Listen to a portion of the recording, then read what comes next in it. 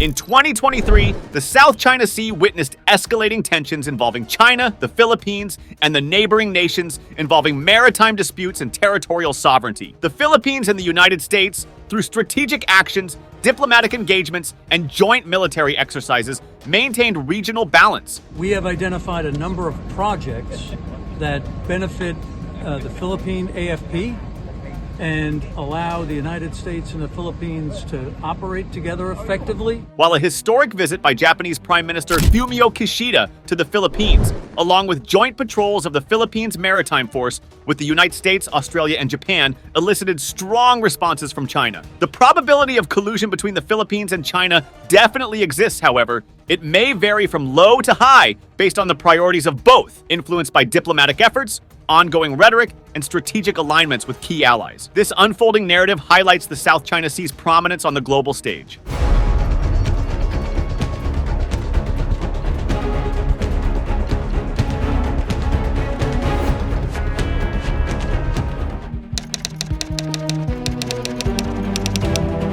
In 2023, the South China Sea became a focal point of escalating tensions due to overlapping territorial claims involving China, the Philippines, Vietnam, Malaysia, Brunei, and Indonesia. The United States, a steadfast ally of the Philippines, played a crucial role in maintaining regional stability through a series of strategic actions and diplomatic engagements. The year began with a commitment reaffirmation, as United States and Philippines defense chiefs met to underscore their dedication to the Enhanced Defense Cooperation Agreement, EDCA. This cornerstone agreement facilitated increased rotational presence of American troops in the Philippines, thereby enhancing deterrence and preparedness in the region. And we note that the Mutual Defense Treaty applies to armed attacks on either of our armed forces, public vessels, or aircraft anywhere in the South China Sea or the West Philippine Sea. Solidifying their partnership, U.S. and Philippine military forces engaged in joint exercises in the South China Sea in March 2023. These exercises highlighted their interoperability and resolve covering various domains, including humanitarian assistance, disaster relief,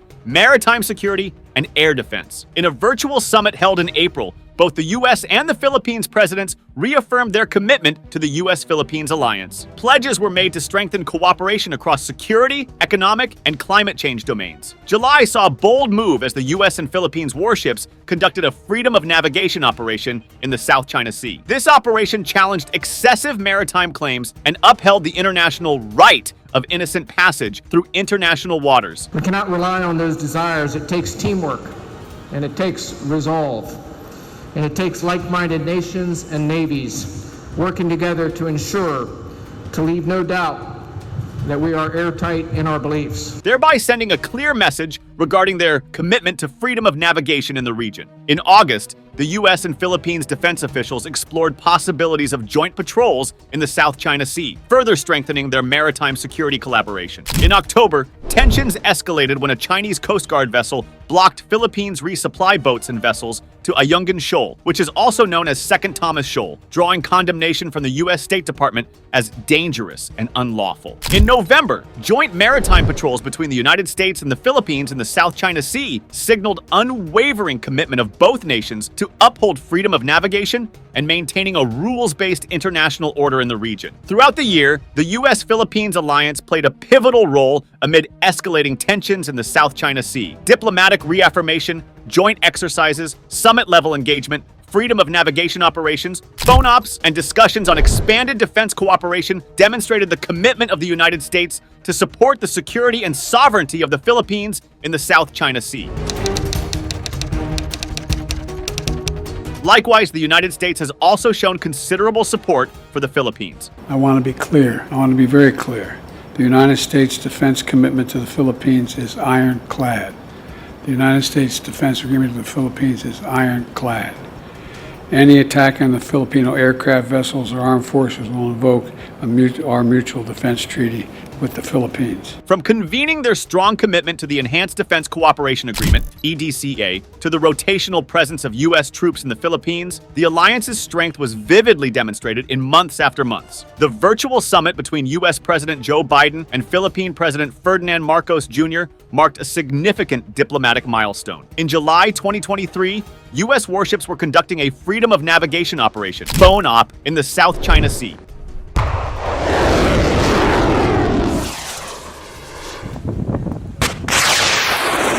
Deliberately challenging China's excessive maritime claims. As tensions escalated in October 2023 with a Chinese Coast Guard vessel obstructing a Philippine resupply mission in the disputed South China Sea, the U.S. backed the Philippines with its full support. The United States' steadfast support for the Philippines in the midst of tensions underscored its commitment as a cornerstone for regional stability, with diplomatic engagements, joint military exercises, and concrete actions reflecting a robust partnership.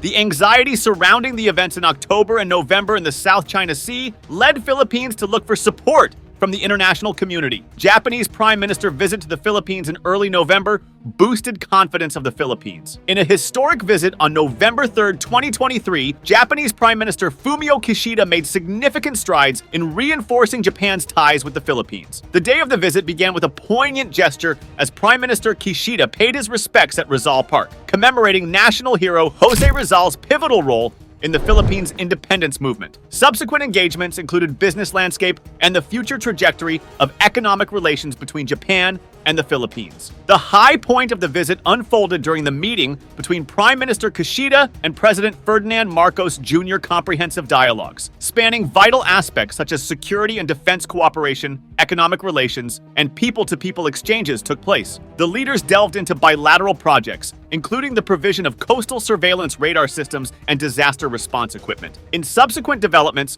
Prime Minister Kishida and President Marcos announced negotiations on a reciprocal troop access deal. This strategic pact aimed at enhancing military cooperation. And we look forward to expanding cooperation with you, especially in key areas such as economic development, development cooperation, and security cooperation. Gained significance against the backdrop of escalating maritime tensions, particularly in response to China's assertiveness. Japan's commitment to reinforcing regional security was further demonstrated by a 600 million yen grant under Japan's Overseas Security Assistance Program. This grant, directed towards enhancing coastal radar security in the Philippines, signified Japan's proactive response to evolving security challenges posed by China. Negotiations on reciprocal access agreement were announced, enabling joint military exercises and troop access. The proposed agreement, similar to the Philippines' existing framework with the United States, represented a substantial enhancement in the Japan-Philippines alliance and contributed to broader regional efforts to counter China's assertive actions. This visit, marked by diplomatic nuances and tangible agreements, solidified the alliance between Japan and the Philippines in the face of evolving geopolitical challenges.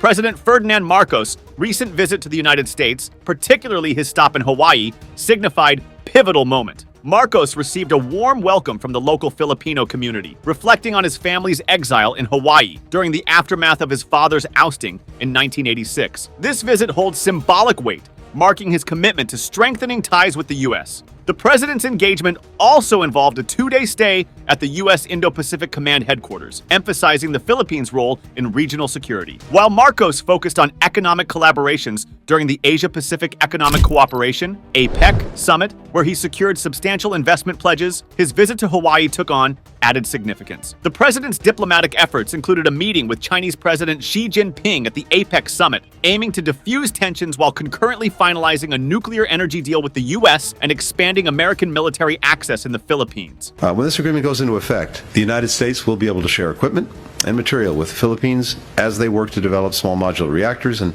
other civilian nuclear energy infrastructure. We see nuclear energy becoming a part of the Philippine energy mix by 2032. And we would be more than happy to pursue this path with the United States as one of our partners. Among the most recent developments in the South China Sea, pertinent one is the joint maritime patrols by the U.S. and the Philippines within the vicinity of the South China Sea. The Philippines' National Security Advisor, Eduardo Año, affirmed that the joint patrols conducted with the United States in the South China Sea fall well within Manila's rights. Echoing this sentiment, Defense Secretary Gilberto Teodoro emphasized that the Philippines, far from provoking conflict, is committed to protecting its rights. Teodoro anticipated multiple iterations of joint patrols moving forward, marking a strategic move amid escalating tensions with China. The joint patrols, conducted within Manila's exclusive economic zone, EEZ, near Taiwan and the South China Sea, serve as a clear expression of the Philippines' determination to safeguard its interests. Likewise, the latest development include the initiation of the joint sea and air patrols in the South China Sea by Philippines and Australia, following a similar undertaking with the United States earlier in the week. The three-day exercises declared by Philippine President Ferdinand Marcos Jr. aim to reinforce the commitment to a rules-based order. Australia's Deputy Prime Minister Richard Marles emphasized the joint commitment to a peaceful and secure region in a statement, noting that the first joint patrol between the Australian Defence Force and the Armed Forces of the Philippines is a tangible manifestation of this commitment. The patrols, conducted in the West Philippine Sea within Manila's exclusive economic zone, involve 2 Philippine Navy vessels, 5 surveillance aircraft, and Australia's frigate Toowoomba and P-8A maritime surveillance aircraft. China has accused the Philippines of involving foreign forces, a claim Manila rejects, asserting its right to conduct maritime activities in the disputed area. Tensions between China and the Philippines have escalated as China accuses the Philippines of enlisting foreign forces to patrol the South China Sea, referencing joint patrols conducted by Philippine and U.S. forces earlier in the week. China's military vows to maintain high vigilance, defend sovereignty and maritime rights, and safeguard peace and stability in the region, condemning the joint patrols as activities that undermine regional peace and stability. 奋斗中建设强大的人民海军的任务，从来没有像今天 The Southern Theater Command of the Chinese military contends that the Philippines has engaged in provocative actions by involving external forces in the disputed waters. The latest developments are adding complexity to the geopolitical dynamics of the region, with China explicitly warning that joint patrols must not compromise its territorial sovereignty and maritime rights. In evaluating the likelihood of collusion between the Philippines and China, 3 distinct scenarios emerge with varying probabilities of collusion between the two countries based on the current geopolitical situation. First, there is a relatively low probability of collusion, considering the potential for diplomatic efforts, negotiations, or shifts in geopolitical dynamics leading to a de-escalation of tensions. Despite recent strains, the Philippines might seek to balance its relationships, avoiding direct confrontation with China and exploring avenues for dialogue. Economic and geopolitical considerations could incentivize both countries to find common ground and reduce tensions in the South China Sea. The ultimate trajectory will depend on ongoing diplomatic initiatives and regional cooperation efforts. Second, moving to a moderate probability scenario, tensions between China and the Philippines have intensified, especially in the South China Sea, creating a complex diplomatic environment. While the U.S.-Philippines alliance has strengthened, external factors or unforeseen events could influence the trajectory of their relationship. Geopolitical dynamics and ongoing maritime disputes can contribute to an atmosphere of uncertainty, where the evolving situation could sway the probability in either direction. Third, a scenario with a higher probability, as the Philippines has recently taken assertive actions, such as engaging in joint patrols with the U.S., Australia, and Japan. These strategic alignments signify a clear stance against China's assertive behavior in the South China Sea. Additionally, statements from Philippine officials strongly rejecting China's territorial claims underscore the country's commitment to safeguarding its sovereignty and rights, suggesting a divergence from closer ties with China. These factors can increase the likelihood of collusion between the Philippines and China, as both countries may seek to counterbalance each other's actions and assert their dominance in the region.